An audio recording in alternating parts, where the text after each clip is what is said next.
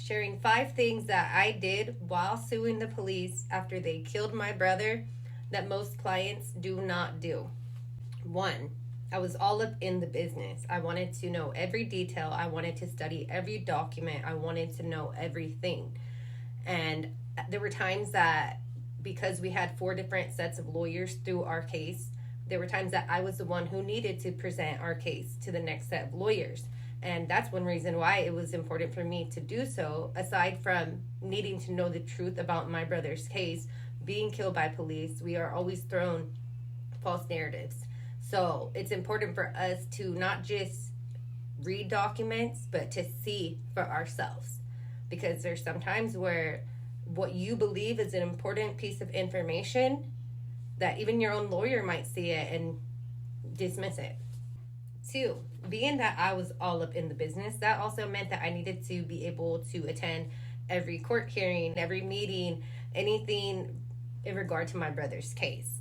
So there are times that our lawyers will have hearings. Being also that all our cases can drag on for years, lawyers might say, hey, you don't need to be there. Or, this is just the truth. Some won't tell us about the hearings. That's happened to a lot of impacted families. So I had to make it clear to each lawyer we had that I was going to attend. And there is one time, it's with the final lawyers we had in our case, they said, you don't need to be there, Marissa. This was in Sacramento. I live in Sacramento. They reminded me a couple times. Oh, they were a little shocked, but you don't have to be there. All that hearing was going on.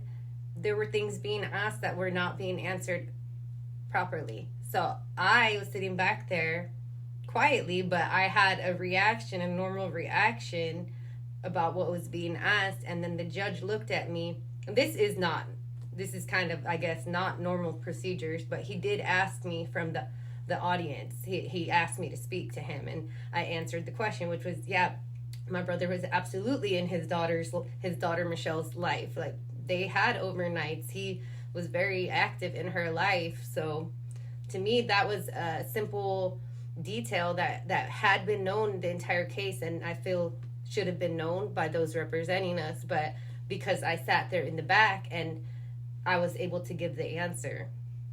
And sadly, during these cases, they ask questions like that. They want to know if that was a good person. They want to know if they took care of their kids. They want to know if they were involved. 3, I ask questions and I provide information.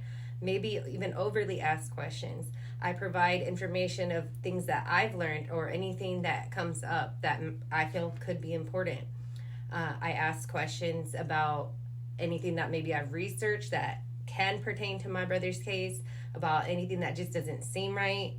I don't go to sleep and be like, damn, I really wonder. Like, I probably did a few times, but like, I really wonder. I actually verbally ask. And sometimes people take being assertive and speaking up a certain way, but that has helped our case